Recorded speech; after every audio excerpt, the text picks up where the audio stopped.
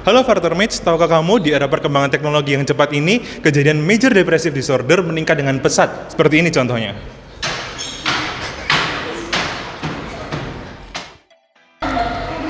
Salah satu obat yang sedang dikembangkan dalam mengatasi major depressive disorder adalah zuranolone, yaitu golongan neurosteroid, di mana obat ini memiliki mekanisme kerja dengan cara berikatan dengan aldosteroid positif GABA sehingga kadar glutama itu menurun dan NMDA-nya tidak teraktivasi sehingga over dari influx ion kalsium pun tidak terjadi.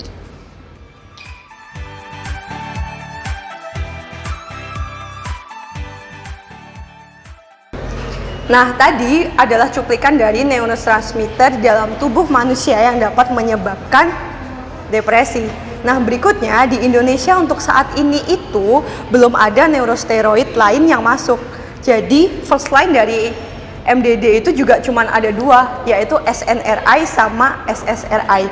Padahal zuranolone itu memiliki respon klinis, remisi sama cause effect yang lebih baik daripada SNRI sama SSRI itu. Pada pengujian PK fase 1 ini diketahui bahwa obat ini tidak dipengaruhi oleh etnis dan juga ras tertentu. Dan obat ini juga lebih baik digunakan ketika perut terisi dibandingkan dengan perut kosong. Dan pada penelitian sebelumnya juga telah dilakukan oleh 2 peneliti dan terbukti mendapatkan adverse effect seperti mengantuk, sedasi, dan juga kurang tidur. Pada penelitian setelahnya juga telah terbukti bahwa obat ini menghasilkan efek mengantuk. Sehingga obat ini juga menjadi pendukung sebagai orang-orang dengan penderita MDD dengan juga insomnia. Selain itu, berdasarkan fase 2 yang sudah dijelaskan, menurut Arnett 2021, obat zuranolone itu memiliki rate sekitar 78,6%, yang artinya kecepatan penyembuhannya itu sekitar 78,6%. Di sisi lain, ada obat SNRI dan obat SSRI yang kecepatan penyembuhannya itu sekitar 50%. Dibandingkan dengan obat zuranolone, dapat kita ketahui bahwa obat zuranolone itu memiliki kecepatan penyembuhan yang lebih besar dibandingkan kedua obat tersebut. Di sisi lain, untuk menjadikan orang pada tahapan remisi, obat zuranolone itu memiliki kecepatan sekitar 64,3%, lebih cepat dibandingkan obat SNRI dan obat SSRI yaitu sekitar 30%. Adapun remisi itu merupakan tahapan depresi di mana orang sudah mengalami kesembuhan dan kecil kemungkinan untuk mengalami relapse depresi. Oke, pada pengujian fase kedua itu tidak memiliki efek samping lebih lanjut, dalam arti masih sama, yaitu pusing, mengantuk, dan sedasi. Dan mendapatkan hasil juga, zuranolone itu memiliki efek untuk menurunkan kejadian anxiety, MDD, dan insomnia. Maka didapatkan hasil juga bahwa zuranolone itu merupakan obat yang dose dependent.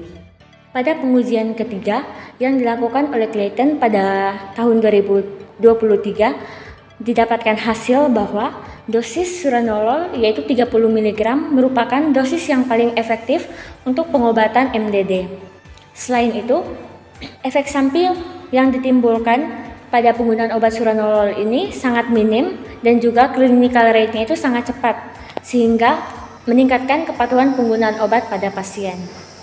Beberapa hasil pengujian dan juga penelitian, kita dapat mengetahui bahwa obat zuranolone ini merupakan obat yang superior dibandingkan dengan golongan obat SNRIs dan juga SSRIs sebagai first line dari MDD. Superioritas ini dilihat dari kepatuhan pasien, kecepatan memasuki fase remisi, dan juga kecepatan penyembuhan pasien. Selain itu, zuranolone ini dapat menyebabkan rasa mengantuk pada pasien dibandingkan obat MDD lain yang menyebabkan susah kantuk. Nah, Fartermates, karena zuranolone ini merupakan obat yang masih baru, maka tentunya diperlukan pengujian-pengujian nih. Nah, ada fun fact nih, kalau zuranolone ini masih dalam tahap pengujian yang ketiga, ya kan, Eva? Iya, benar sekali.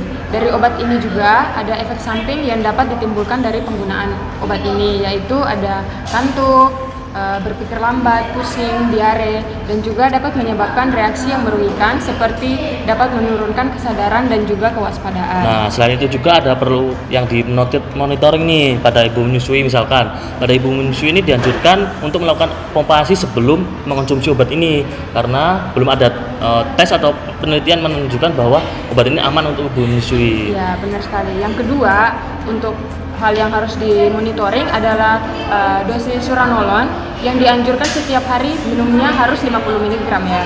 Diminum pada malam hari dengan menggunakan makanan berlemak, misalnya 400 sampai 1000 kalori selama 14 hari. Kemudian dosis ini juga dapat dikurangi menjadi 40 mg jika terjadi efek depresan sistem saraf pusat.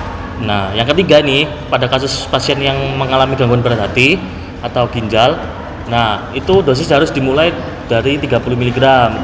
Dan selain itu juga dosis juga perlu diperlukan jika pasien menggunakan obat yang menghambat C34A. Nah, kemudian ada juga nih pasien tidak boleh mengemudi atau melakukan aktivitas yang memerlukan kewaspadaan mental hingga setidaknya 12 jam setelah dosis selama durasi pengobatan penuh. Selain itu juga ada zat lain yang perlu dihindari nih, zat lain yang menekan di sistem saraf pusat seperti alkohol. Nah, jika tidak dapat dihindari itu dosisnya harus diturunkan. Ya.